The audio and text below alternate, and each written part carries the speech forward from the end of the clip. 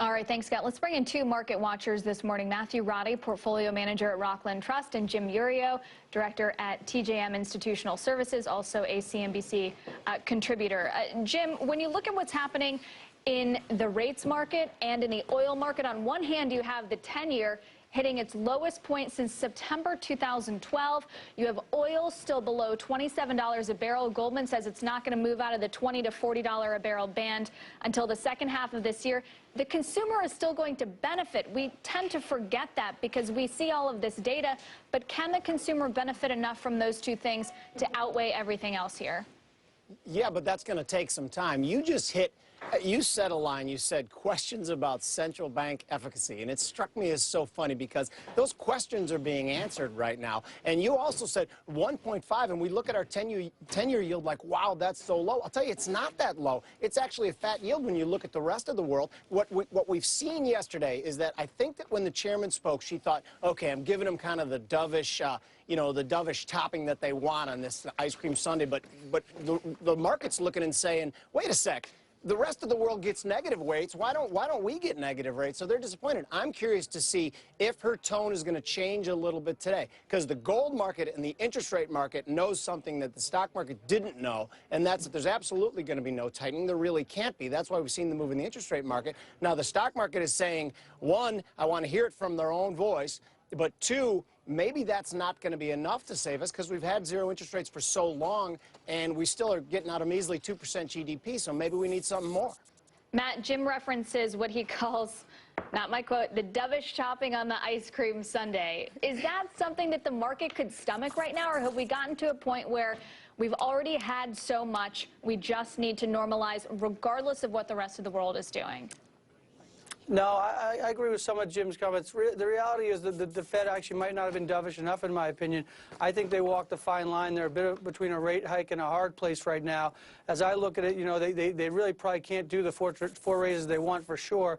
They're looking at March and saying that's going to be difficult. And much like in 2015 where they jawboned all year about a rate hike and only got one in at the end, I think they're looking at a tough year for rate hikes for the rest of this year as well. I think they'll get one or two in, but it's really, they keep talking about this, lower trajectory. I think they're going to have to live with no trajectory for the first half and maybe, start the trajectory in the second half if things can stabilize. I think they really need a weakening dollar to some degree to make that stabilization. The dollar strength through 14 and 15, due to a lot of what they were saying about rate hikes, really is what caused a lot of liquidity crunch. It's really sort of brought in some earnings for companies. And that's really, where we are with the markets. The valuations are okay, but the earnings are coming in, liquidity's drying up, and that's a lot of the Fed's doing. And I think that if they can back off that a little more, be a little more dovish, then I think you could start to see some relief here. You said 1 to 2 rate hikes this year. I'm at 0 to 1. I'll take that bet for sure. 1's a push. I think 0 is much more likely than 2. I think you said they're caught between a tightening and a hard place. I think more so they're realizing this morning the significance of their situation right now. And I don't even think it's their fault. I don't think there's much they can do. We have a very poor functioning economy, a low GDP, and low interest rates aren't helping. So, Jim, when the market yesterday after Yellen's testimony, the odds of a December rate hike went to 38%. The odds of February 2017 went up to 40%. Do you think the market has it right there? No, I think that there's going to be no tightenings. I think that today things are starting to reset again. The front part of the interest rate curve is skyrocketing this morning, along with gold. And what they're saying is that rates are not going up. And I think the likelihood, we're going to see by the end of today, we're taking out the possibilities of a rate hike. Matt, before we go, is there anything that you view as safe to buy in this type of environment? Yeah, I mean, I'd stay with the high-quality names. Here, at Rockland Trust, we buy high-quality stocks, and we actually diversify equally across sectors so that we're not overexposed to one area of the economy. I think a lot of people got overexposed to technology before the technology bust and financials before the financial bust.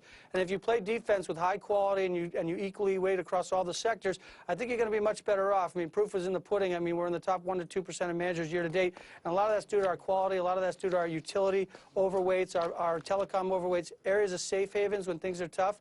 So I think that if investors play defense within the equity market, I mean, the scary part is the environment is a 2 to 3% coupon out of a bond payments, and that's just not enough for people. So they're going to the equity markets and they're looking for something extra. But if they do it and they're looking at speculative stocks or highly leveraged stocks, that's when they really get hurt. Stay with quality, stay diversified across the sectors, and you'll be in a better place. I think you can play a little defense while also getting a little offense when things are a little bit better. Well, less than 90 minutes before the open of trading, and it looks like a buyer strike yet again. So we'll have to see. But for now, Matt, Jim, thanks to you both.